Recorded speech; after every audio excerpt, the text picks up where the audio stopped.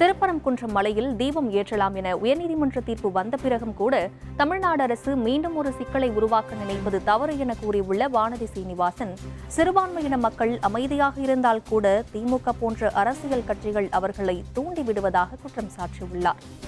திருப்பரங்குன்றம் மலையிலே கார்த்திகை தீபம் ஏற்ற வேண்டும் என்பது பன்னெடுங்காலமாக தமிழகத்தில் இருக்கக்கூடிய இந்துக்களுடைய ஒரு மிகப்பெரிய கனவு.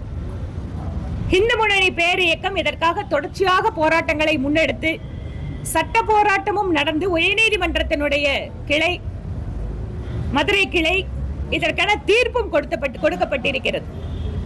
இதுல திமுக அரசுக்கு எப்பவுமே இந்துக்களுடைய கோயில்கள், வழிபாட்டு முறைகள், அவர்களுடைய உரிமைகள் அப்படின்னு சொன்னா அதை இரண்டாம் பட்சமா தான் பார்க்கிறது வழக்கம்.